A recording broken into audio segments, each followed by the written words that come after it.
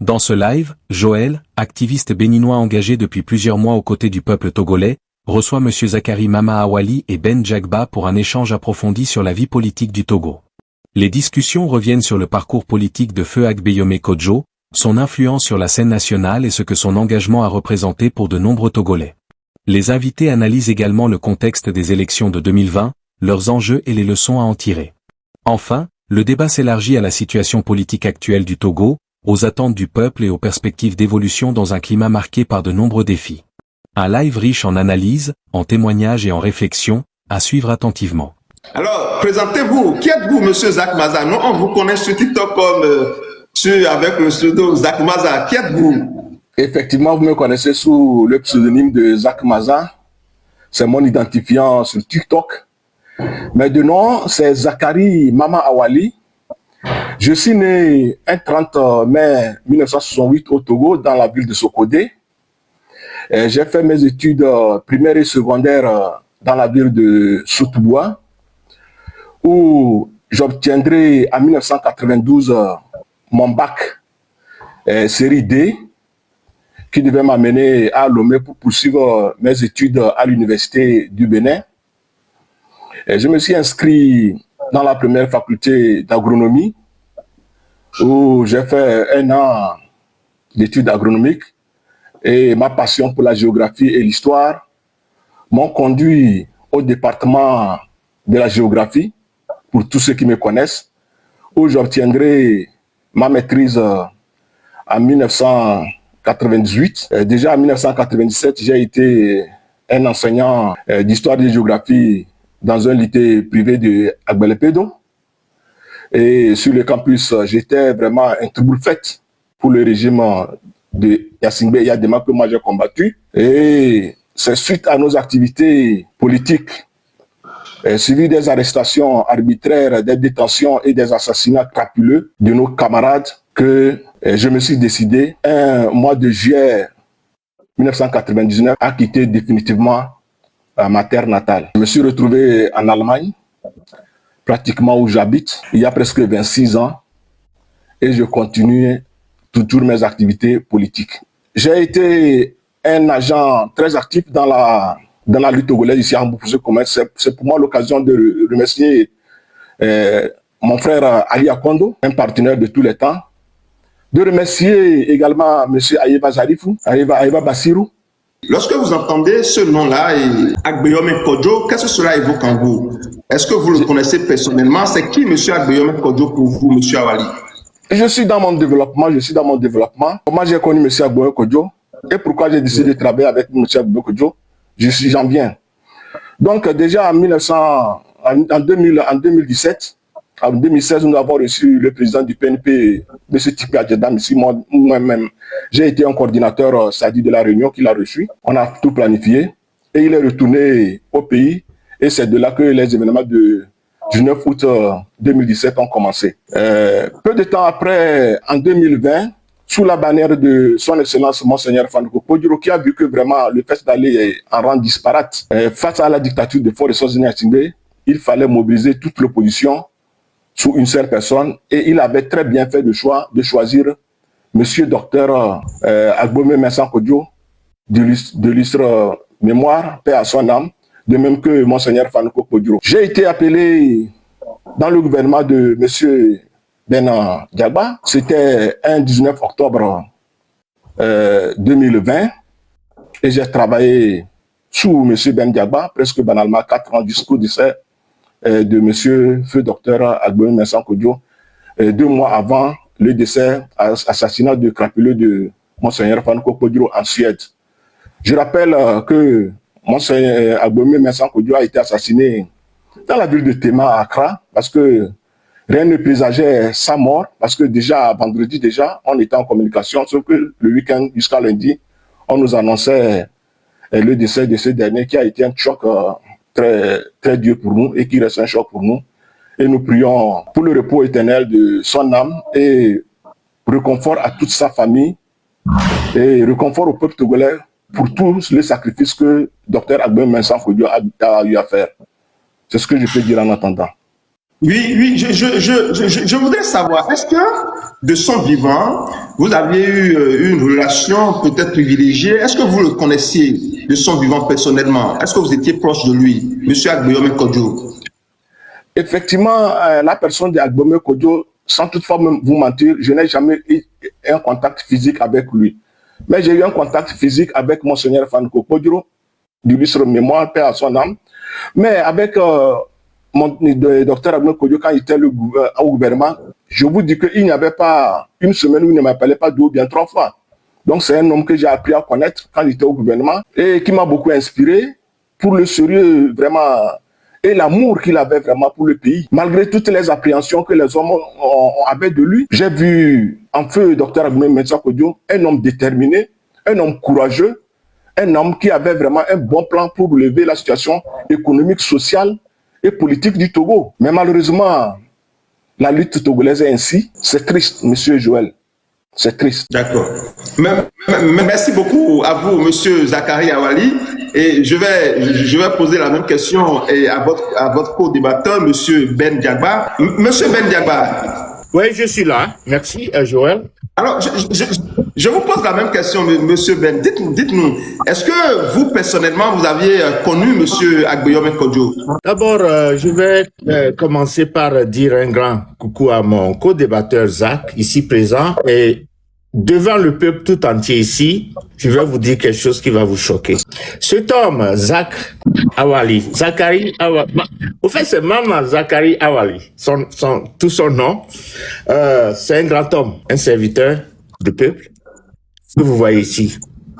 Je sais que nous ne sommes pas dans une campagne électorale, on n'est pas des adversaires politiques, mais je vois en lui un grand homme. Je vais vous dire quelque chose qui va vous choquer. Quand j'ai été nommé comme Premier ministre, qui va conduire le gouvernement de combat. Et le lendemain, immédiatement, j'ai commencé à les appeler individuellement, un à un, pour les féliciter d'abord. Et j'ai eu environ 1 heure à 90 minutes avec chacun. Au total, 16 ou bien 17 membres de ce gouvernement qui a été formé, gouvernement en exil. Et j'ai vu en cet homme un homme de conviction dans l'esprit ardent. Et sa probité morale ne serait nullement mise en doute. Et même, quoique, je dirais, ses ambitions politiques s'éloignent des réalités en cours, moi, je tiens à vous dire que Zach Awali Mama a un zèle pour le bien commun. Et donc... Oui, mais monsieur Ben Diagba, vous aviez été nommé par monsieur Agbeome Kodjo lui-même, si je ne me trompe pas. Donc, allons-y au développement maintenant. Revenons à la question, si je connais Feu Dr Gabriel Agbeome, je le connais et personnellement. Je connais Feu Agbeome quand il était exilé en France. On s'est vu, on a échangé beaucoup. Quand il descendait sur le Togo, il m'avait appelé pour me dire « Hey, petit frère, voici les présidents qui ont négocié mon retour au pays. » Il y avait Feu Bongo, il y avait Denis Sassou Nguesso, qui est un grand ami à lui. Et souvent, quand il part chez lui, Feu Agbeome m'appelait de chez Denis Sassou Nguesso. On causait, on parlait, et puis des fois, je salue le président Denis Sassou Nguesso. Donc, je le connais personnellement. Voilà, en gros, je connais sa témérité et ses ambitions pour un Togo meilleur. Mais les choses se sont passées autrement. Et voilà, le destin en a décidé et pour lui et pour Feu et Monseigneur Kodjo. Donc voilà encore ce qui nous rassemble ici. Effectivement, le gouvernement de combat a été formé le 19 octobre, mais malheureusement, après 4 ans, dans les 4 ans de parcours, nous avons eu un de nos ministres qui est décédé en Côte d'Ivoire. Ça n'a pas fait beaucoup de tollé, mais il est décédé. Et bon, ainsi, la vie est faite. Mais toutefois, je tiens à vous dire que c'est quelqu'un qui fut un grand amoureux du perfectionnisme et qu'il veut toujours un Togo meilleur. Et donc, il est effectivement décédé le dimanche 3 octobre, si j'ai bonne mémoire. Et à la veille, samedi, il m'a appelé pour me demander de faire un dossier pour lui. Et j'ai travaillé sur le dossier jusqu'au dimanche Matin vers 2 heures, je l'ai appelé pour lui dire, hey, bon, Foufou, c'est comme ça, on s'appelle. J'ai dit, hey, le document est prêt. Il n'a pas répondu. J'ai dit, ah, ça c'est bizarre. J'attends. Souvent, c'est quelqu'un, quand tu l'appelles, en tout cas, quand moi je l'appelle, 2 minutes, s'il ne prend pas 2 minutes après, il me rappelle en même temps. Quel que soit ce qu'il est en train de faire, il me rappelle en même temps. Mais 20 minutes passées, 1 heure, j'ai dit, mais qu'est-ce qui ne va pas? Je l'ai appelé sur tous ses téléphones. Il avait 4 téléphones WhatsApp. Rien ne marchait. Il ne prenait pas, il ne répondait pas à mes coups de fil.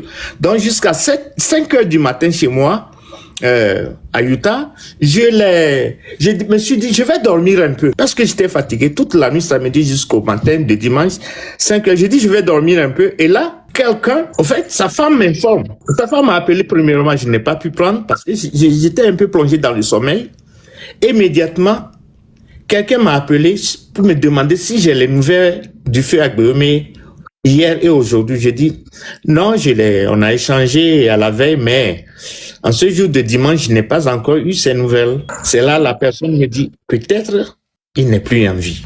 Et là, j'ai appelé sa femme pour lui dire, où est mon grand frère? Il a dit, Ben, calme-toi, ton grand frère n'est plus. C'était dimanche vers 7 heures du matin. Mais ma fille aînée était dans sa chambre, qui est adjacente à mon bureau. Elle me dit, elle a couru immédiatement pour dire, quel est ce grand cri? Et j'ai commencé à pleurer. C'est là, ma femme aussi a appris ça. Elle est descendue en bas dans mon bureau. Et là, j'ai commencé maintenant à interpeller les membres du cabinet pour dire urgence signalée, urgence, urgence. Et j'ai appelé un groupe call. Immédiatement, chacun a pris, sauf une personne qui n'a pas pu décrocher. Et je les ai informés. Je leur ai donné la nouvelle du départ du feu Agbeomé Mensah Kodjo. Voilà en gros ce parcours bref de cet homme que je connais personnellement, et il a beaucoup confiance en moi. Merci. Merci beaucoup à vous, Monsieur Diagba. Parlons des élections de 2020 qui ont conduit même à son exil. Vous savez, Monsieur Agbeomé Kodjo avait dit qu'il a gagné les élections. Et dans les coulisses, on apprend que certains leaders de l'ANC ne l'avaient pas soutenu pour revendiquer sa victoire, parce qu'on lui reprochait le fait d'avoir travaillé pour le gouvernement de Faure Gnassingbé et même pour le gouvernement du papa de Faure Gnassingbé. Donc il était dans le cercle fermé des Gnassingbé. Il a travaillé pendant longtemps pour les Gnassingbé, et dans les coulisses on apprend que c'est à cause de ça au fait que les gens, certains leaders de l'ANC ne l'avaient pas soutenu en 2020 pour réclamer sa victoire. Alors, quelle est votre position par rapport à ça, Monsieur Ben Diagba? Donc, disons, quand nous avons un sorcier dans une famille qui immédiatement se fait baptiser et devient le pasteur de la ville, est-ce que nous allons nous approcher à lui ou bien nous dire que parce qu'il fut un sorcier, donc nous n'allons plus travailler avec lui. Donc tous ces problèmes parce qu'il a fait ça dans le passé, Madame Niakade qui est aujourd'hui dans les goulags. Non, attendez, Monsieur Ben. Au fait, ce n'est pas ce que on veut savoir. Est-ce que effectivement, en 2020, cette rumeur avait circulé, et est-ce que c'était vrai au fait? C'est ce qu'on veut savoir. Est-ce qu'effectivement, les gens lui avaient reproché le fait qu'il avait travaillé avec le gouvernement de Gnassingbé, dans le gouvernement de Gnassingbé? Je ne peux pas mentionner le nom de quelques partis politiques que ce soit ici ce soir. Toutefois, à des réunions restreintes avec Feu Agbeomé, moi aussi présent, et des leaders, ils ont eu cette volonté manifeste de ne pas pouvoir travailler avec lui, de ne pas vouloir aussi travailler avec lui. Et c'est un peu décourageant. Il y a ce problème qui s'était posé, et j'étais parti aussi prenant de ces réunions clandestines qu'on a eues avec certains partis politiques du Togo. Voilà. Parce que le problème qui est là, c'est le Togo. Et si le Togo nous est cher et luttons pour un Togo meilleur, du moins, nous devons pouvoir quand même, avec la plus grande humilité, travailler avec Agbeomé pour pouvoir arracher le Togo des mains de celui que nous connaissons aujourd'hui. Voilà, en gros. comme introduction. Merci beaucoup à vous. Chers amis, on dit un peuple qui ne tient pas compte de son histoire est un peuple sans âme. Vous savez, il faut tenir compte de l'histoire pour pouvoir avoir de vrais plans pour l'avenir. En 2020, effectivement, il y avait certains Togolais, hommes politiques, qui avaient reproché à M. Agbeyome le fait qu'il a eu à travailler dans le gouvernement de Fort Nyansingbe ou bien dans le gouvernement de Nyansingbe. Et nous savons très bien que ces choses-là aujourd'hui dans l'opinion publique persistent. C'est-à-dire cette idée, cette opinion persiste. On dit oui, il avait travaillé pour tel, il avait fait ceci, il avait fait cela. La question que je voudrais poser à M. Ben, et il va nous éclairer avec sa sagesse, le fait d'avoir ces genres de pensée, de dire que parce que tel avait appartenu à RPT Uni ou bien avait fait ceci, que nous ne pouvons pas collaborer, est-ce que cela finalement ne freine pas la lutte et c'est-à-dire ne plombe pas cette lutte pour la libération du Togo, Monsieur Ben? Le problème togolais est résumé, effectivement, nous le savons très bien, c'est ce qui nous empêche depuis 90 d'avoir cette alternance que cherche le peuple togolais afin d'avoir de l'eau potable. Voilà, en gros. Merci beaucoup à vous, Monsieur Ben. Nous allons poser la même question à Monsieur Zach Maza pour voir comment Monsieur Zakari Mama Awali va développer ça. Alors, la même question pour vous, Monsieur Zakari. D'accord. Avant de commencer, je tiens à remercier mon ex-premier ministre Ben Diaba, sous le mandataire de qui j'ai travaillé avec respect, avec sans désinvolture, pour l'intérêt du Togo pendant presque 4 ans avant que le décès subit ou l'assassinat subit de notre feu président, Dr Agbeyome Kodjo, ne survienne. Pour tous les efforts qu'il a pu faire pendant ces années, moi je tiens à lui remercier et à l'encourager. Parce que la lutte togolaise, comme nous la voyons, ça n'a pas été une lutte facile. Et comme tu venais de le dire, si on ne connaît pas notre histoire, les mêmes choses vont se répéter. Et à force de faire les mêmes choses, on n'obtiendra pas un résultat différent. C'est très dommage. Déjà, aux élections législatives de 93-94, pour ceux qui ont une très bonne mémoire, ils doivent savoir que c'était le cas d'Agbeyome et l'UPD de Edem Kodjo qui avaient gagné. Les deux avaient la majorité, mais du fait qu'ils ne sont pas entendus, et il y a des membres Nyansingbe en a profité à cause des moyens qu'il disposait pour coopter Edem Kodjo et former son gouvernement. Et à partir de là, il a tous les leviers du pouvoir.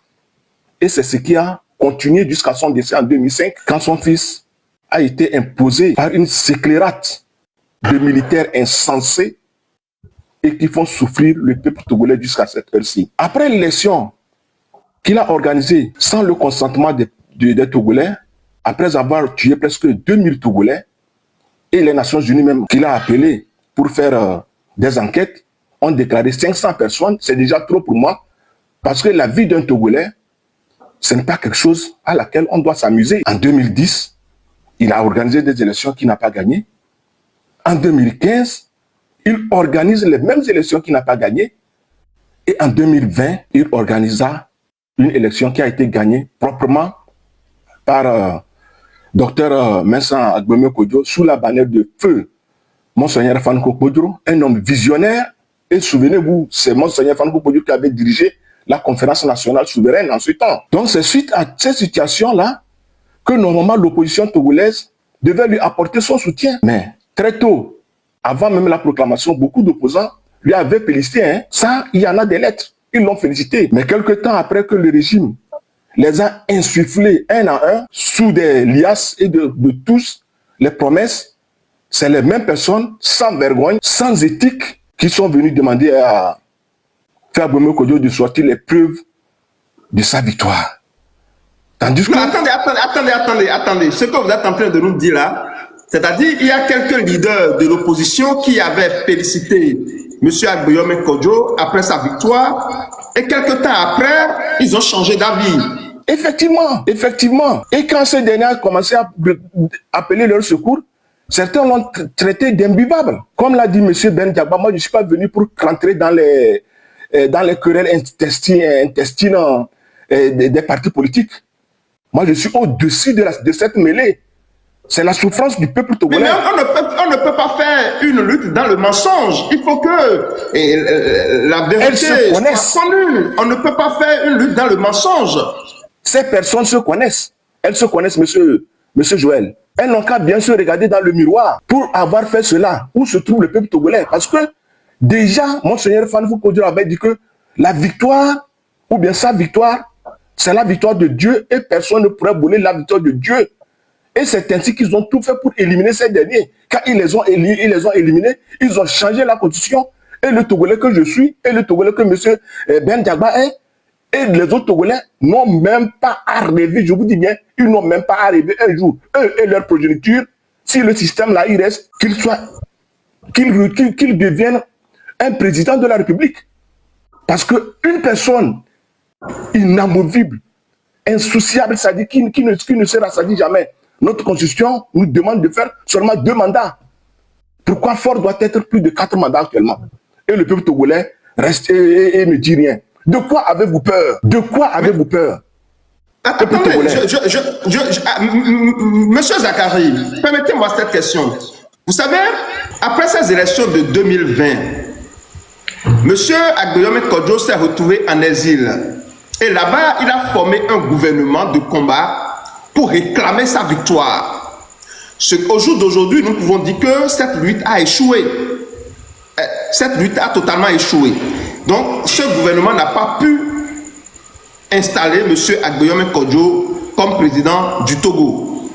Mais ce qui est un peu bizarre, c'est qu'aujourd'hui encore en exil, ce gouvernement existe toujours. Et vous vous réclamez comme étant le premier ministre de ce gouvernement. Alors, la question que je voudrais vous poser, est-ce que le peuple togolais vous reconnaît aujourd'hui en tant que son premier ministre? Effectivement, Monsieur Joël, vous devez connaître les scénarios de la politique. Et si vous n'avez pas les scénarios de la politique, vous ne pourrez pas comprendre le jeu et la lutte pour laquelle nous sommes engagés, au risque de nos vies et au risque des vies de nos familles. Quand Agbeyomi Kodjo a gagné les élections, il n'a pas pris l'exil en tant que un voyage touristique en tant que tel. Ce monsieur a été, d'abord, sa maisonnette a été encerclée, tous les personnels mis à tabac, conduit lui-même, Manu Militari, à la gendarmerie au SCRIG, un lieu de torture par excellence pour ceux qui connaissent. Et qui y est. C'est suite à sa libération qu'on lui a dit de ne plus se mêler de la politique. Admettre, docteur Agbeyomi, c'est une bête politique. C'est face à cette situation-là qu'il a quitté le Togo. Il s'est réfugié dans son champ de maïs. Et c'est après tout que les Togolais ont su que c'était au Ghana, à Tema. Et il a continué la politique. Et il a très bien fait de créer le bicéphalisme politique au Togo. Ce qui est vraiment un cas exceptionnel, c'est-à-dire dans le monde. Nous, que ce soit le gouvernement de Ben Djagba, que ce soit le gouvernement d'Antoine Adjombe, que ce soit mon gouvernement, nous ne demandons aucune, je vous dis bien, nous n'attendons aucune validation de qui que ce soit pour faire non, attendez, monsieur Zakari. Monsieur Zakari, permettez-moi quelque chose, s'il vous plaît. Vous savez, le gouvernement de monsieur Agbeyomi Kodjo, cela me rappelle le gouvernement de monsieur Alassane Dramane Ouattara en Côte d'Ivoire. Après les élections de 2010, si je ne me trompe pas, quand monsieur Laurent Gbagbo avait refusé de reconnaître la victoire de monsieur Alassane Dramane Ouattara, un gouvernement a été formé par ce dernier à l'hôtel Golfe de la Côte d'Ivoire. Vous vous rappelez? On disait le gouvernement du Golfe. Et finalement, ils se sont battus et ils ont pris le pouvoir. C'est ça la vérité. Donc je me suis dit que le gouvernement de M. Agbeyomi Kodjo, c'est la même chose. C'est un gouvernement de combat qui avait pour objectif de prendre le pouvoir parce que à M. Agbeyomi Kodjo, il avait gagné les élections en 2020. Maintenant, je repose ma question. Étant étant donné que le monsieur, il est mort, il est déjà décédé, ce combat a échoué. Pourquoi alors, encore aujourd'hui, vous réclamez encore comme étant le premier ministre de ce gouvernement, alors que votre président, il est déjà décédé et d'autres élections ont eu lieu au Togo? Monsieur Zakari. Mon frère Joël, et il est du devoir du peuple togolais de comprendre et de soutenir la vérité au lieu de se cacher derrière des paillassons. Car tôt ou tard, quand ça va brûler, ils seront tous consumés. Comme vous l'avez dit, en parlant du cas de la Côte d'Ivoire, ils avaient eu du soutien. Mais le cas de Dr Agbo Kodjo, c'est un cas vraiment très extraordinaire. Non seulement Faure Essoe-Djinnia a volé, triché sa signature. Non, il n'a pas lieu de vous rire, hein, monsieur Joël, ça ne me fait pas rire. Moi, j'ai des yeux rouges ici, c'est le sang dans mes yeux. Ouais, c'est vrai, c'est vrai. C'est les vies, c'est des vies togolaises. Moi, je parle des vies togolaises. Ça me fait vraiment très très mal qu'à cause de ce criminel qui est là-bas, des millions, près de 2 millions de Togolais soient dans l'exil, que beaucoup de personnes ne peuvent pas retourner voir leur famille. Vous voyez? Donc, par rapport à ce gouvernement de Dramane Ouattara, qui avait déjà des soutiens et qui l'ont soutenu, il a pu faire les choses. Mais ce monsieur Faure, il a volé la signature de Emmanuel Macron. France Inter a fait de fausses publications dont nous avons, même sous Ben Diaba même, diligenté des enquêtes qu'il va venir vous dire ici. Attendez. C'est sous son gouvernement, hein. C'est sous son gouvernement, il est là. Permettez-moi de poser la question à monsieur Ben Diaba autrement, s'il vous plaît. C'était sous son gouvernement. Ok, voilà. Et j'étais parti, j'ai parti. Monsieur Ben Diaba, monsieur le Premier ministre, alors, Je suis là. dites-nous, est-ce que vous étiez le premier ministre de monsieur Agbeome Kodjo? Eh bien, merci Joël. Le premier ministre de monsieur Agbeome Messan Kodjo a été formé en juillet et le gars s'appelle Kofi Nadjombe et après un mois, il a désisté. Il faut savoir aussi que c'était pas tâche facile de conduire un gouvernement en exil et pour entretenir ce gouvernement, il faut écrire, appeler, faire des rapports ici à gauche. Et le premier ministre a désisté après un mois. Et donc moi j'étais là quand il m'avait appelé pour me dire Ben, j'ai besoin de toi tout de suite. Au fait, moi je devais être le ministre de la fonction publique du premier ministre, parce que ça c'est mon expertise. Et donc là, il m'a appelé pour me dire hey Ben, c'était un week-end, si j'ai bonne mémoire. Il me dit Ben, tu dois m'aider. Je dis comment ça? Voilà ce que je passe. Je ne peux plus travailler avec lui.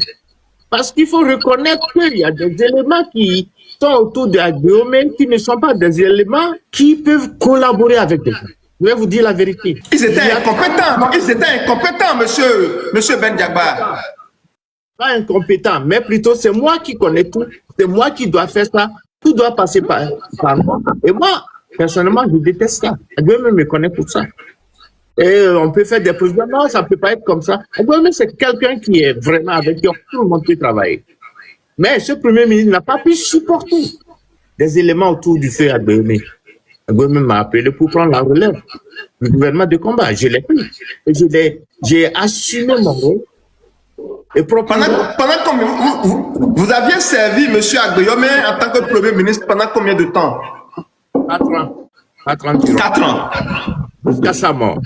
Et donc, ce qui est là aujourd'hui, si vous posez la question s'il y a un premier ministre avant, oui. Mais il faut savoir que d'abord, fait Agbeome, c'est quelqu'un qui est très rigoureux dans le travail, numéro 1. Mais ils peuvent t'appeler à minuit, 2h, 3h du matin. Il me dit, j'ai besoin de ça tout à l'heure. Mais souvent, moi, je suis souvent la plupart du temps dans mon bureau, même à minuit, 2h, je suis dans mon bureau à la maison. Là, on peut discuter. On parle. Des fois, s'il n'arrive pas à m'avoir, il appelle ma femme pour dire, hey, je cherche mon petit frère, où est-ce qu'il est? Donc, c'est pour vous dire à peu près que ce gouvernement de combat, de 4 ans que j'avais conduit, a fait son boulot. Monsieur Ben, Ce gouvernement que vous avez conduit a fait 4 ans, mais il n'a pas réussi à prendre le pouvoir, comme le gouvernement du président Alassane Dramane Ouattara. Est-ce qu'on peut dire qu'est-ce qui a fait que vous n'avez pas réussi, s'il vous plaît? Dites-nous franchement. Qu'est-ce qui a fait que vous n'avez pas réussi à renverser la tendance au Togo et à prendre le pouvoir pour permettre une alternance démocratique dans ce pays? Là, il y a des secrets, je ne veux pas les dire ici. Il y a beaucoup de secrets, il y a beaucoup de travaux qui ont été faits. Attendez, Joël, je vais vous dire. Il y a des rencontres qui ont été faites avec des institutions internationales, certains présidents même, y compris le président américain, Donald Trump. Donc, on avait fait beaucoup de choses. Mais vous savez, même il y a un gars à Washington, quand j'étais parti le voir, il m'a dit, ouais, c'est un lobbyiste. Il me dit carrément que lui, il prend plus que ça. Si je peux proposer plus que ce qu'il prend de chez Ford pour travailler pour Ford, il va prendre. Ah, attendez. Oui, Répétez-nous ça, chers amis. S'il vous plaît, je viens de demander, permettez-moi s'il vous plaît, monsieur Ben Diagba. Je viens de demander à monsieur Ben Diagba, ancien premier ministre de monsieur Agbeyom, mais pourquoi leur gouvernement n'a pas réussi à prendre le pouvoir chez Faure Gnassingbé, vu que ce dernier avait perdu les élections en 2020. Donc il est en train de nous dire ici qu'ils ont eu à faire beaucoup de choses, ils ont eu à faire beaucoup de rencontres, et les gens, à un moment donné, à des niveaux donnés, leur ont demandé, voilà, moi je prends tel chez M. Faure Gnassingbé, est-ce que vous êtes prêt à me donner plus que ça? C'est ça, M. Ben? En effet, tout est exact. Effectivement, c'était ça. Il y a beaucoup d'handicaps sur le terrain, sur le plan pécunier, parce qu'il fallait traverser certaines portes. Avant de traverser certaines portes, il faut miser assez d'argent. Ce ne sont pas de petites sous. Et moi, le gouvernement de combat n'a pas un fonds direct qui est là. Et la plupart du temps, tous mes voyages que j'ai eu à faire du temps du feu Agbeyom, c'était l'argent de la famille. C'était l'argent que ma femme et moi mettions de côté pour nos enfants. Mais vous voyez, on a appris qu'on vous a cotisé de l'argent. Le peuple togolais vous avait cotisé de l'argent en son temps. Le peuple a cotisé de l'argent, mais le temps que moi j'arrive dans le gouvernement, proprement dit en octobre, l'argent a été complètement dilapidé et zéro. Les fonds, les caisses étaient vides. Et Zachary peut témoigner ici. Les caisses étaient complètement vides. Il n'y avait rien. Donc, il fallait creuser. Tout l'argent que le peuple togolais avait cotisé pour le gouvernement de M. Agbeyom, tout l'argent a été dilapidé avant votre installation, M. Ben Diagba. Je le dis hautement encore pour nos frères et sœurs ici présents ce soir, que les caisses étaient complètement vides. Dilapidé, c'est un peu fort pour moi, mais les caisses étaient vides quand moi je venais. Et que la plupart des missions, ça venait de certains ministres, majoritairement, ça venait des réserves qu'on a faites pour nos deux filles. Vous voyez. Voilà. Donc, du coup, ce sont quelques des problèmes que nous avons eus dans le gouvernement de combat. Dire que on n'a pas pu avoir le pouvoir, bien sûr, parce que quand un président Faure Gnassingbé écrit à RFI avec une signature falsifiée de Emmanuel Macron, et RFI galamment se permet de lire cette lettre de félicitations falsifiée d'Emmanuel Macron, il y a Anguille sous roche. N'oubliez pas aussi le poids de Bolloré, qui a contribué énormément pour la consolidation de la dictature au Togo. Voilà quelques-uns.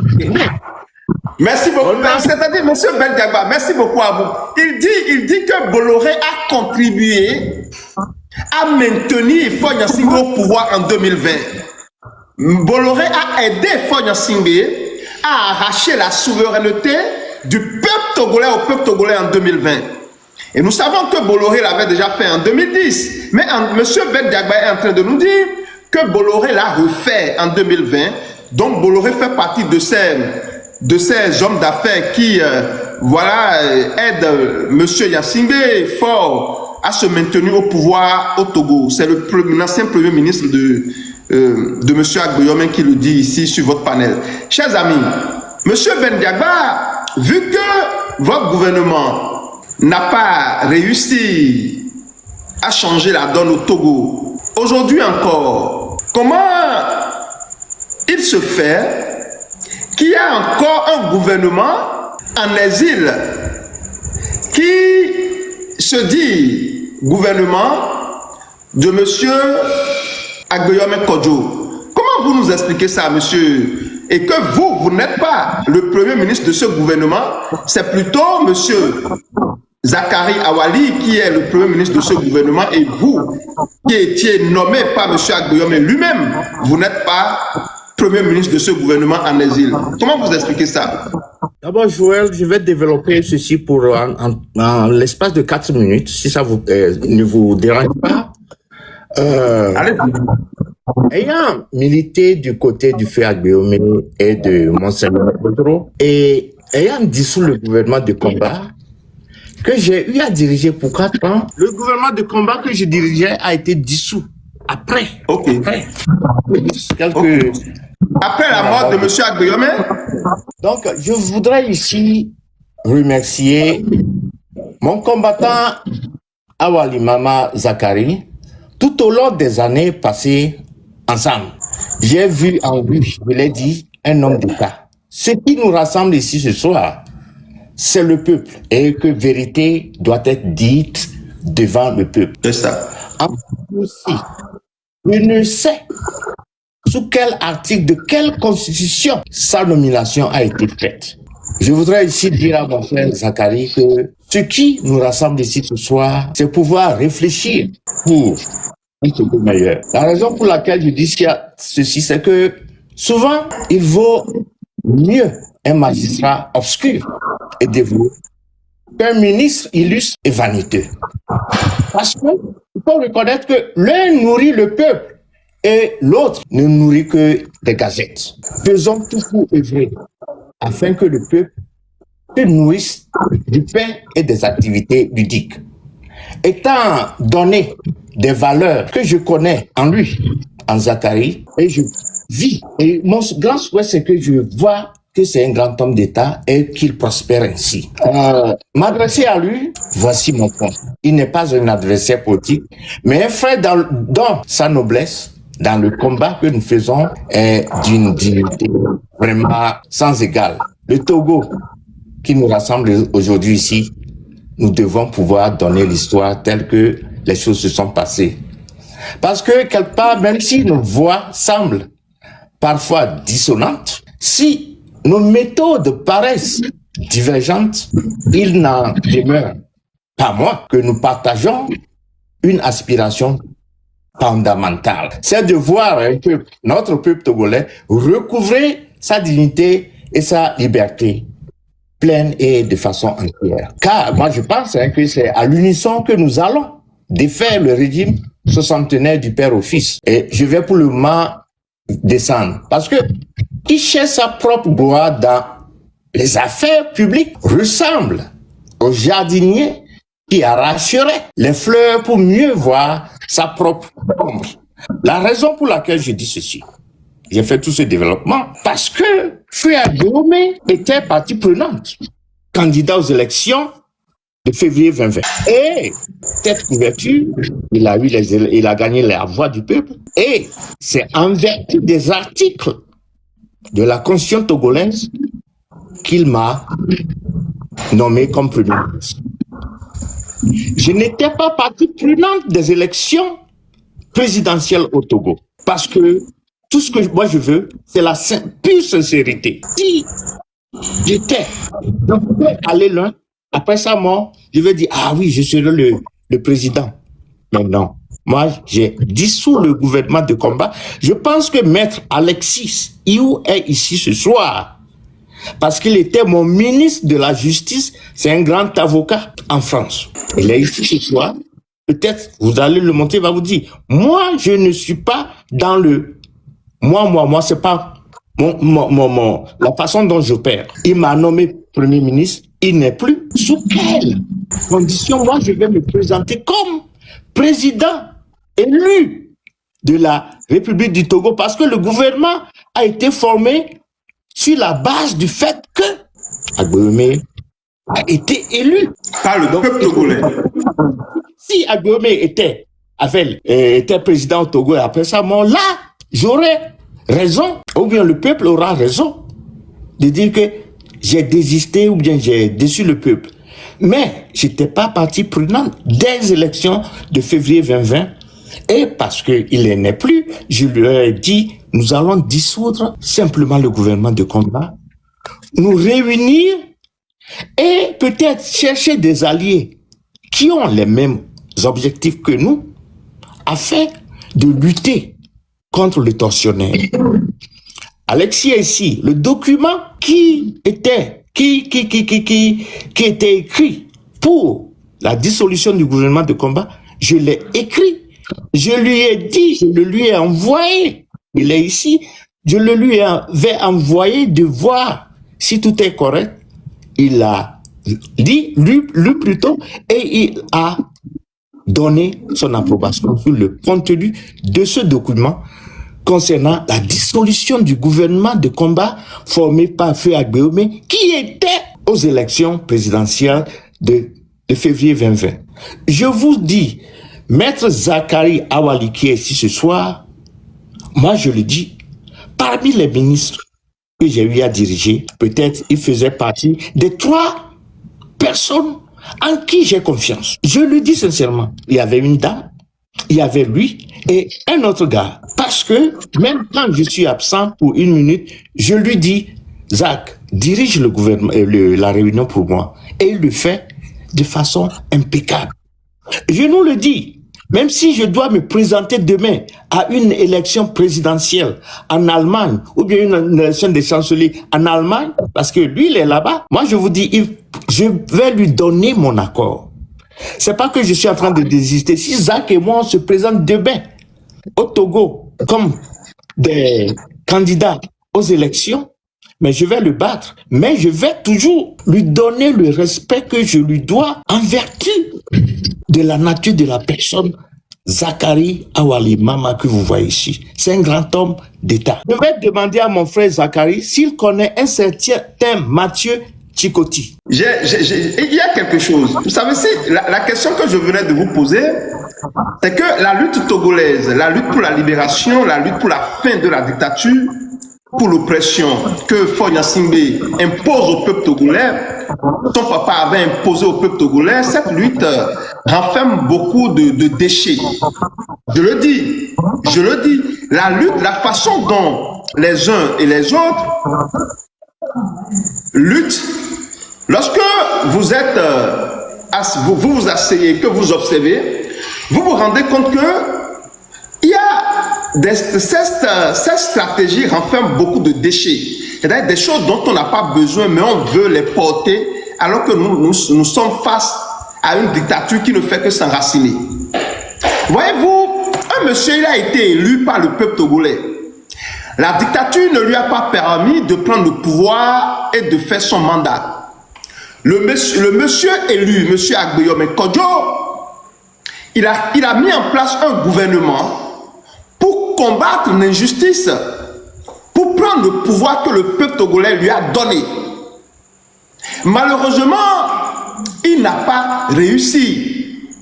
Lui et son gouvernement, ils n'ont pas réussi à prendre le pouvoir.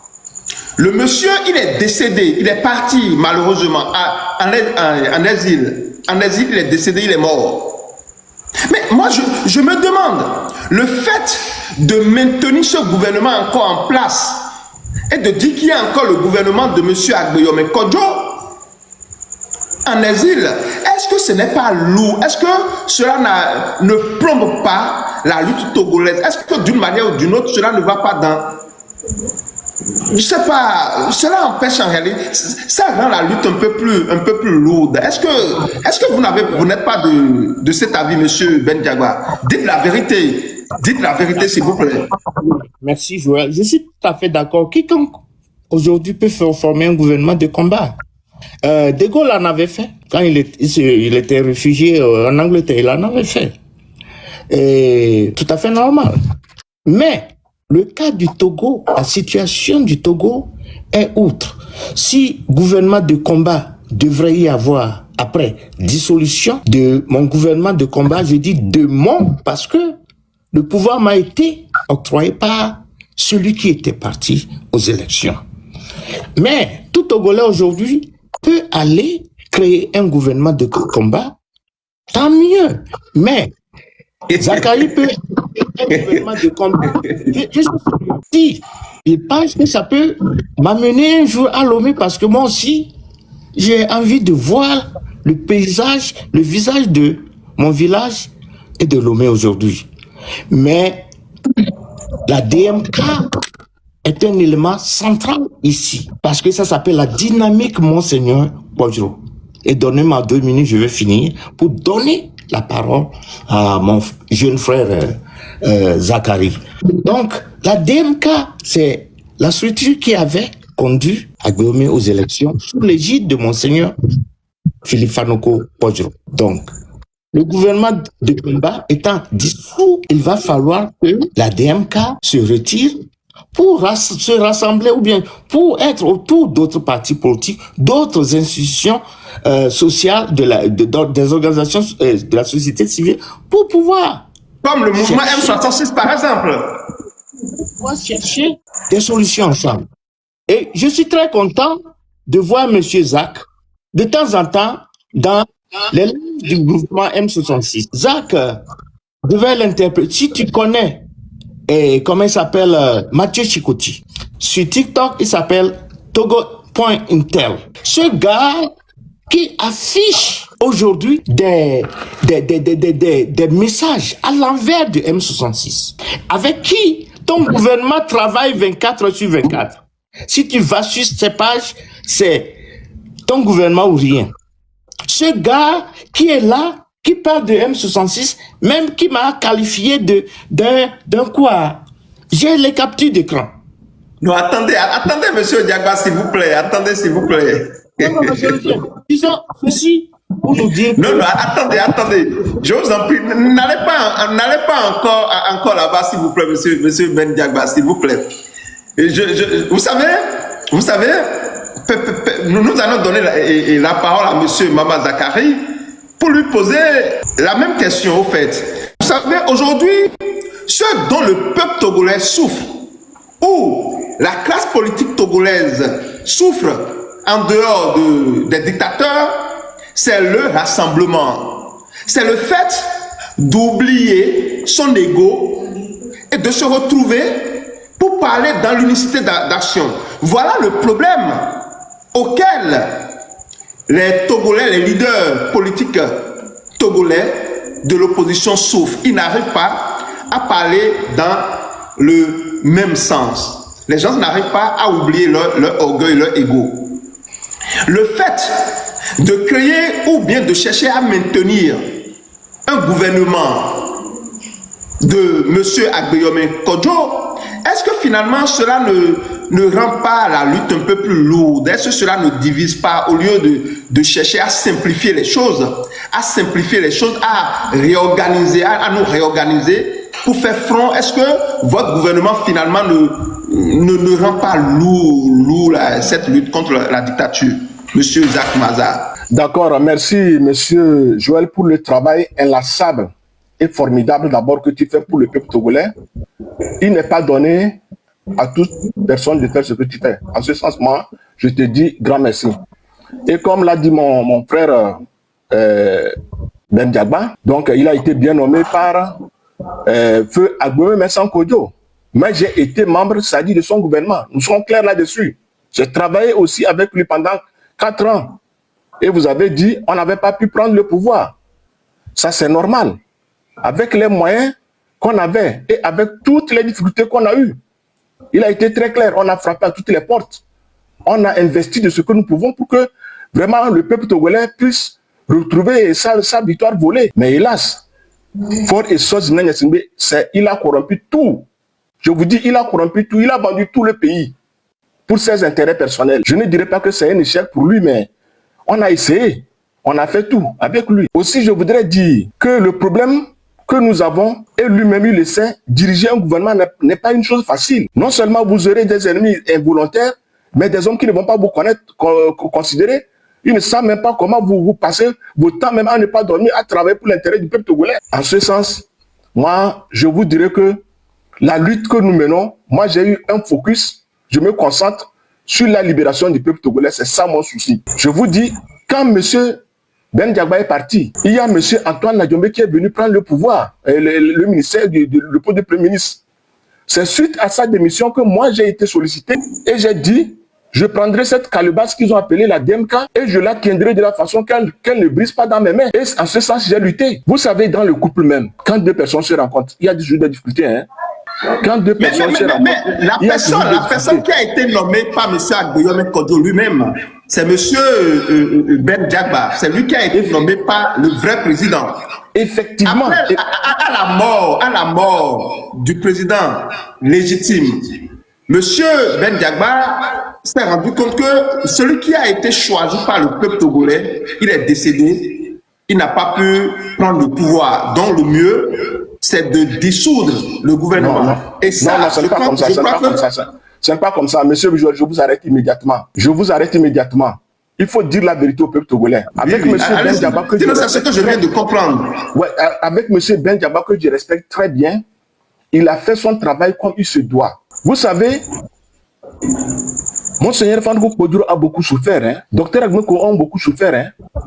La création de la DMP, qui est un organe qui a été un organe parallèle, parce qu'il devait aller aux élections pour rafler quelque chose pour le Parlement, qui n'a même pas reçu, sauf que c'est Madame Adjamagbo Sol qui a été prise, a beaucoup fait du mal à ces derniers.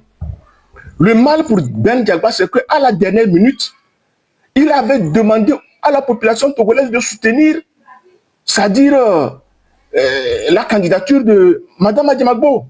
Et c'est ça qui a fait que le conseil des ministres en a décidé que non, en tant que premier ministre, chef du gouvernement, il ne devait pas le faire. On lui a demandé que l'homme est fautif, hein, mais il devait demander reconnaître les fautes et continuer son poste. Mais M. Ben Diagba a dit non. Il était déterminé. Et le conseil en a décidé autrement. Donc c'est ça qui a fait la dissolution. Non, en fait, ce que je vous dis, je vous demande, monsieur Mama Zakari, aujourd'hui, monsieur Mama, quelle est la raison d'être de ce gouvernement alors que son président est déjà décédé? Effectivement, ça dit la lutte que M. Agbeyomi Kodjo a menée, il ne l'a pas menée en sa personne. Moi, je ne me proclame pas d'un héritier de Agbeyomi Kodjo ou bien de la DMK. J'ai été un collaborateur, un compagnon de leur lutte. Et en ce sens, quand vous menez le combat et qu'il arrive qu'un de vos responsables disparaisse, si vous savez que le combat pour lequel il est engagé et qui n'a pas encore abouti, et que vous mettez, c'est-à-dire l'estime de votre peuple au-dessus de vos intérêts personnels. Non, vous vous trompez. Le combat de M. Agbeyomi, c'est de prendre le pouvoir. Parce que lui, il a été choisi par le peuple togolais. M. Agbeyomi Kodjo, il a été choisi par le peuple togolais. Donc lui, il peut prendre le pouvoir de façon légitime. Mais du moment qu'il n'est plus, il n'y a pas quelqu'un parmi vous qui serait capable de prendre le pouvoir de façon légitime parce que le peuple togolais n'a choisi personne parmi vous. C'est ça la vérité.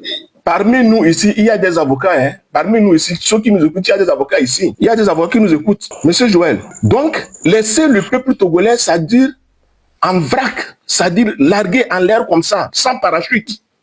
Est-ce que c'était une bonne chose? Fort et Swazimina Yassingbe qui est là-bas, qui fait souffrir les Togolais, qui ne leur donne même pas à manger, à boire, à se soigner. Son mandat n'est pas fini, il n'est pas toujours là.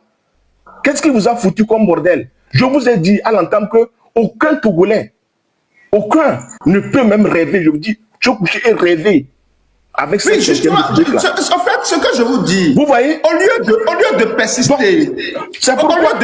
attendez s'il vous plaît, monsieur Mama, j'ai dit, au lieu de persister à maintenir le gouvernement de monsieur Agbeyomi, alors qu'il n'est plus là, pourquoi ne pas nous réorganiser autrement, former un groupe plus fort, pour chasser le dictateur, pour organiser les choses. Non, ouvrez votre micro. Ayez la patience de m'écouter, sinon ce sera redondant et je n'aime pas faire ça du cela. Je ne suis pas venu ici sur votre panel pour avoir des vues ou bien avoir de l'estime de qui que ce soit. Je suis venu ici pour l'intérêt du peuple togolais pour lequel je me suis engagé et sacrifié depuis plus de 30 ans. Vous comprenez? Donc, en ce sens que vous dites que parce que Agbeyomi Kodjo n'est plus, son combat, il est mort à même habitant avec, c'est inadmissible. Et moi, quand j'ai pris depuis avril 2025 jusqu'à aujourd'hui, le travail que j'ai fait avec ce gouvernement, j'espère que si on nous lit avec ce que Ben Diagba et d'autres ont fait, c'est-à-dire je n'ai rien à me reprocher. Et actuellement même, j'ai mis une commission qui travaille déjà à pouvoir réunir, converger toutes les divergences. Ce n'est pas facile. Comme je vous l'ai dit, dans un couple même, hommes et femmes, même frères comme ça, il y a toujours des disputes. Mais si vous voyez que votre famille est appelée à disparaître parce que vous ne vous entendez pas, la seule chose qui vous reste, c'est de vous mettre en tente pour lutter contre celui qui viendra vous attaquer. C'est pour ça que moi j'ai accepté de venir ce soir sur ton panel pour défendre l'héritage ou bien ce que monsieur Agbouémé Kodjo et Messan et comment dire, Monseigneur Fak Kodjo ont fait pour le peuple togolais. Vous comprenez? Donc nous travaillons en ce sens-là. Les divergences ne font que nourrir le camp adverse. Ça, on doit le savoir. Ben Diagba ne sera jamais mon ennemi. Il ne sera jamais, c'est-à-dire... nous sommes des amis, on a travaillé ensemble, on se connaît pendant 4... Je ne dis pas 4 jours, ce n'est pas 4 mois. 4 ans, je vous dis 4 ans. Et chaque fois, on s'est rencontrés. Vous allez remarquer que dans mes... Donc actuellement, nous avons mis une commission, qui va contacter ceux-là qui ont jugé à une période de la lutte arrêter ou bien prendre d'autres directions. Si nous sommes entendants et on voit que l'intérêt du peuple togolais est meilleur, le nom DMK ou bien le nom Agbouémé Kodjo qui fait des frustrations et des mécontentements au sein des personnes, on le met à part et on fait ce qu'il y a. Sinon, avant même d'être dans le gouvernement, moi j'étais mon politicien ici à Hambourg. Hein. J'ai participé aux législatives de Hambourg ici en mars de l'année dernière, le 2 mars. J'ai participé aux législatives ici. Donc, le cas du Togo est primordial pour moi. Et c'est pourquoi je souhaite que vraiment cette commission que j'ai mise en place puisse réussir. J'ai fait sortir une déclaration le 25 octobre 2025. Et dans cette déclaration, j'appelais beaucoup de choses à l'unification. Nous allons parler de cette déclaration. Nous allons y arriver. Attendez. Donc, il faut qu'on laisse... Non, au fait, vous, aujourd'hui, chers amis, la lutte pour la libération du Togo, la lutte pour la fin de la dictature, pour la fin de l'oppression du peuple togolais, ce n'est pas la même lutte que M. Agbouémé Kodjo faisait. Chers amis, soyons clairs. La lutte aujourd'hui que nous faisons pour la libération du peuple togolais, la fin de la dictature, la fin de l'oppression, ce n'est pas la même lutte que M. Agbouémé Kodjo faisait. La lutte de M. Agbouémé Kodjo, c'est de prendre le pouvoir parce que le peuple togolais a voté pour M. Agbouémé Kodjo. Chers amis, comprenons-nous, sinon on va parler seulement. La lutte de M. Agbouémé Kodjo, c'est de prendre le pouvoir. Et il a le droit de prendre le pouvoir parce que le peuple togolais a voté pour lui. Il a la légitimité de prendre le pouvoir. C'est ça la lutte de M. Agbouémé Kodjo. En 2020, M. Agbouémé a gagné les élections. Donc son truc là, son combat, c'est de prendre le pouvoir. Maintenant, qui n'est plus là, vous n'avez pas aujourd'hui la légitimité de prendre le pouvoir. Mais vous avez la légitimité, le droit de combattre pour la libération du peuple togolais. Je dis bien, monsieur Mama Zakari, vous et vos amis, vous avez le droit, le pouvoir même, le devoir de vous battre pour libérer le Togo de la dictature, de l'oppression. Voyez-vous, à partir de ce moment, c'est-à-dire votre combat ne devrait pas se mélanger avec le combat de feu Agbouémé Kodjo parce que lui n'est plus. Voyez-vous, si aujourd'hui quelqu'un se lève et dit nous allons faire le même combat comme Agbouémé Kodjo, moi je dirais que la personne est en train de confondre les choses. Parce que même si le pouvoir de Faure Gnassingbé, si on arrache le pouvoir à Faure Gnassingbé aujourd'hui, il y aura une transition, il y aura une élection et des gens seront choisis par le peuple togolais. Cela veut dire quoi? Au lieu de nous retrouver dans des groupes, le mieux c'est de nous rassembler pour pour pouvoir faire le même combat, c'est-à-dire la fin de la dictature, la fin de l'oppression. Monsieur Mama Zakari, moi j'ai beaucoup de respect pour vous et je vous demande, est-ce que vous ne voyez pas que ce qui est important aujourd'hui, c'est de nous rassembler pour faire la lutte contre la dictature, la lutte pour la libération du Togo, qui n'est pas la même chose que ce que faisait monsieur Agbeyomi Kodjo. Mais j'espère que vous me comprenez, peut-être mal, hein. Sinon, nous nous sommes engagés dans le combat de la libération du peuple togolais. Mais, comme on dit souvent chez nous là, tu peux forcer le cheval à l'amener à la rivière, mais tu n'as pas la force ou bien le courage de le faire boire de l'eau. Hein. Les hommes ont travaillé ensemble avec nous. À un moment, ils ont jugé bon, ils ont trouvé d'autres intérêts, ils sont partis. Et nous, on a continué. Et c'est nous-mêmes actuellement, qui lançons même une pêche envers eux, de faire de telle sorte que du côté ils sont partis, qu'est-ce qu'ils ont vu? Qu'ils reviennent, qu'on soit ensemble. Est-ce que c'est mal? Est-ce que quand Ford va partir, c'est Zakari qu'on va appeler pour être président? Est-ce qu'en ce sens, j'ai respecté la constitution togolaise, laquelle Ford est en train de piétiner? Je ne suis pas dans ça. Mais je ne peux pas aussi croiser les bras, dire que non, parce que l'autre mois, c'est fini, je ne peux plus rien faire. Je peux rester dans mon coin, travailler et vivre avec ma famille. Vous savez combien ça me coûte quand je fais cette politique-là? Nous avons des prisonniers politiques qui souffrent là-bas. Nous avons des hommes qui sont malades quand on nous appelle. Il y a beaucoup de choses que nous faisons. Mais si on pouvait se retirer, je peux me retirer immédiatement même quand je vous parle. Mais nous avons dit non, un combat a été engagé. Et M. Ben Djagba lui-même connaît. On a des prisonniers politiques ou non? On a des hommes qui sont malades ou non? On a certains même qui sont toujours actuellement en prison là-bas parce qu'ils ont fait quelque chose concernant la politique togolaise. Chacun investit un peu. Et c'est en ce sens-là qu'on a dit que moi, je ne me prenais pas comme adversaire ou bien dire que c'est parce que tu es là-bas que non. Moi, je ne tiens pas les mains du Togo. C'est fort de ce qui fait ce qu'il y a ça et qui vit de ça avec lui et ses femmes.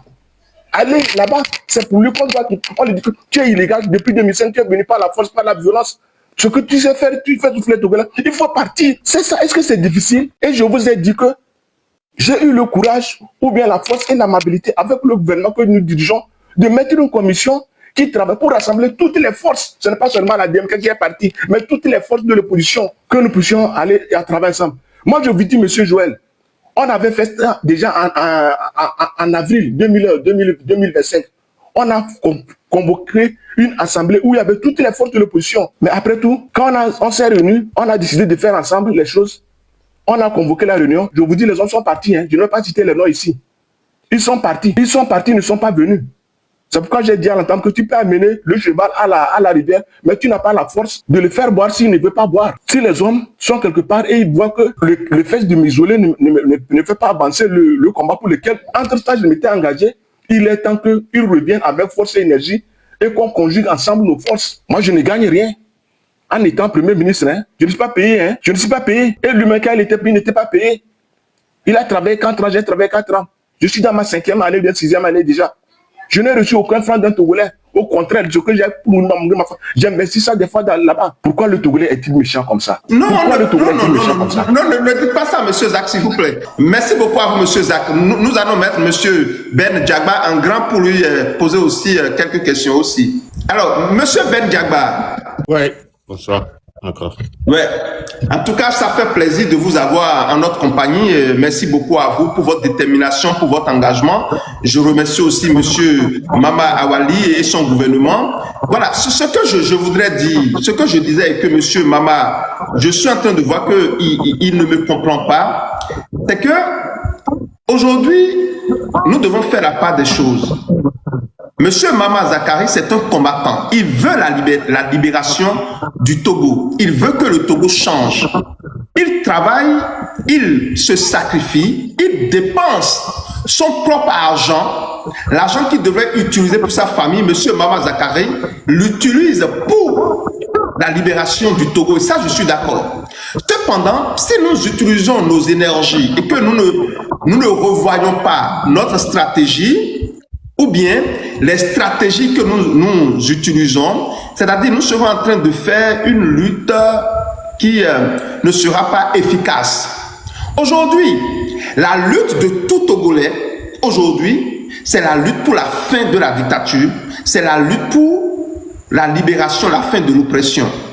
Ce qui est différent de la lutte que faisait Feu Agbeyomi Kodjo. Donc, ce que je disais, si aujourd'hui, nous ne sortons pas de la lutte de Feu Agbeome et Kodjo pour nous retrouver véritablement dans la lutte pour la libération du Togo, nous risquons de mélanger les choses et nous allons alourdir les choses et cette lutte. Est-ce que vous ne voyez pas, M. Ben Diagba? En fait, j'ai bel et bien compris votre question et que peut-être que mon jeune frère Awali n'a pas pu cerner ce côté qu'il devrait normalement éclairer aux éditeurs ici présents ce soir.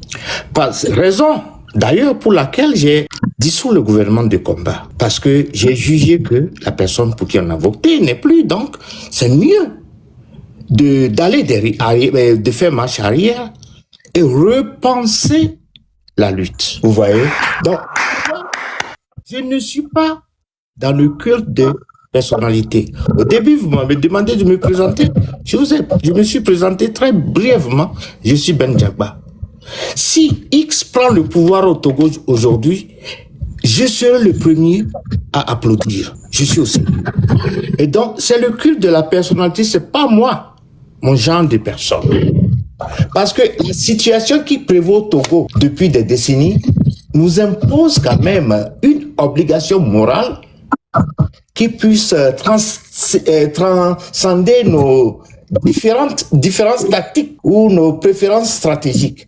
Parce que ce qui est là aujourd'hui, je vais revenir sur votre question. Le régime de Faure Gnassingbé perpétua une dynastie qui s'est enracinée dans le pouvoir depuis 67, constitue aujourd'hui le principal obstacle à l'épanouissement démocratique de notre nation.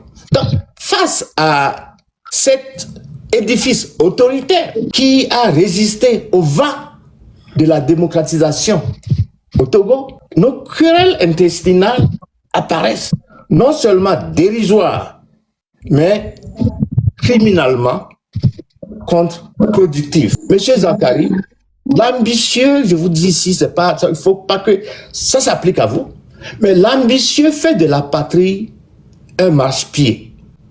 Mais le serviteur du peuple en fait un autel, celui qui manipule pour sa renommée bâtie sur le sable. Et celui qui outille dans la véracité pour un bien d'ensemble commun édifie dans le marbre. Et cette lutte, édifions-la dans le marbre et avec vérité comme gage. Ainsi, c'est ainsi que nous tracerons la voie la meilleure pour notre Togo. Je vais ajouter ceci. Je l'ai dit. Monsieur Zakari, que vous voyez, c'est un grand homme. Je lui dois beaucoup de respect. Il me respecte beaucoup. Même quand j'ai dissous le gouvernement de combat, il n'y a pas. Cette semaine, il ne m'appelle pas pour dire PM, comment ça va? Je lui dis, moi, c'est Diagba. PM, là, c'est fini depuis longtemps. Appelle-moi pas mon nom. Mais il y a deux choses ici ce soir au Togolais. Je l'ai dit. Primo, tout Togolais peut aller former un gouvernement de combat qui puisse lutter contre le régime de Faure.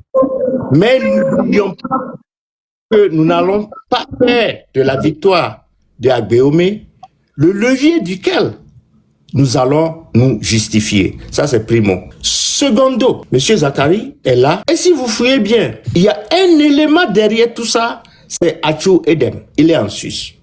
Il parle beaucoup, souvent très beaucoup. Mais le travail que M. Zak a fait durant le temps que j'ai eu à diriger le gouvernement de combat, je nous l'ai dit, c'est un bon travail. Et il était, je dois dire, il faisait partie des 3 personnes du gouvernement de combat que j'ai eu à diriger. Ce que je disais, M. Zakari, il fut mon bras droit, mon homme de gage quand j'ai quelque chose à faire et que je n'ai pas le temps. Parce que chaque vendredi pour 4 ans, on faisait des réunions. Il y avait un seul vendredi où je dois voyager dans le compte de sécurité. Un vendredi. Et j'ai dit au ministre Sylvie Dossou de prendre la relève. Même si dans mes voyages, je viens toujours aux réunions. Donc, ce qui est là aujourd'hui, la personne qui est derrière Mama Awali, et déjà ici viendront témoigner, si Désiré est là, si Marcel est là, ou si Alexis Iou est là, il est un avocat, il était Désiré était dans mon cabinet, Alexis était dans mon cabinet, ils vont témoigner. Zach, c'est un grand homme. Un grand Vous l'avez dit, attendez. Moi, je me dis, Joël, donne-moi 1 minute et je finis. Il a parlé de rassemblement. Je suis d'accord. La preuve, il a dit tout à l'heure qu'il est en train d'essayer pour que la DMK de Achou et la DMK originale puissent travailler ensemble. Hier, Désiré Agbeponou m'a appelé avec Marcel Kodji. Et j'ai dit, il n'y a pas de problème. Et la réunion est prévue pour demain pour qu'on puisse se parler, voir comment nous allons réorienter la lutte. Il y avait Dame Chimène. J'ai dit, je suis d'accord pour la communication. Moi, c'est mon genre. Quand il y a des problèmes internes, on s'assoit, on doit résoudre, mais on doit avoir un objectif commun. Et donc, du coup, cet homme, Zachary, c'est un grand homme public. Moi, je le dis. Mais je le comprends parce que lui ne veut pas laisser tomber le flambeau qui donnait à Feu Agbeoumé sa victoire. Je le comprends, mais aucunement. Sous quelles conditions ce gouvernement de combat pourrait-il seul confronter Faure Gnassingbé? Il va falloir qu'ensemble, nous puissions nous unir. Je vais finir en disant ceci. Surtout que le mandat de M. Agbeoumé est déjà fini en 2005. Faure Gnassingbé a déjà gouverné à sa place. Voilà. Et je vais finir ceci. Faure Gnassingbé a déjà gouverné à sa place de 2020 à 2025. Faure Gnassingbé l'avait dit. Voilà, en gros. Et donc, je vais finir ceci. Quand vous voyez le mouvement M66, vous voyez d'autres organisations en train de repenser la lutte, il va falloir laisser cette affaire du gouvernement de combat avec la mandature de Agbeoumé Kodjo. Agbeoumé Kodjo n'a pas donné mandat à qui que ce soit de continuer cette lutte. Après sa mort. Voilà. Finalement, je l'ai dit, il y a un certain Mathieu Tchikoti, et quand je sors, il m'attaque que j'ai trahi le gouvernement de Achou. Le même Mathieu Tchikoti, on était parti à New York avec le groupe M66. J'étais allé avec eux. J'étais allé aussi à Minneapolis avec eux.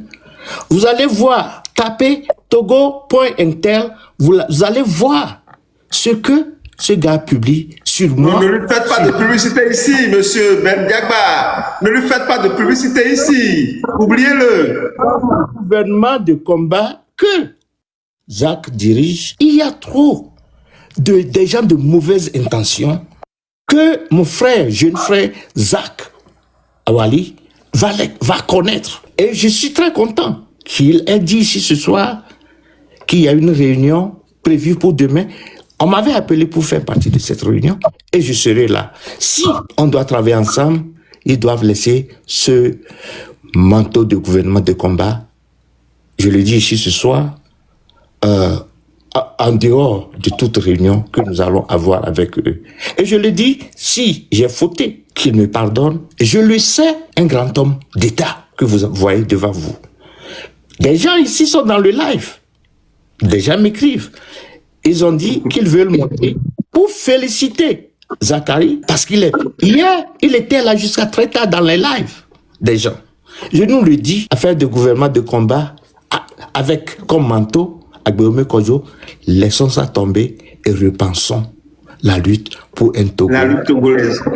Merci à vous, monsieur Ben Diagba.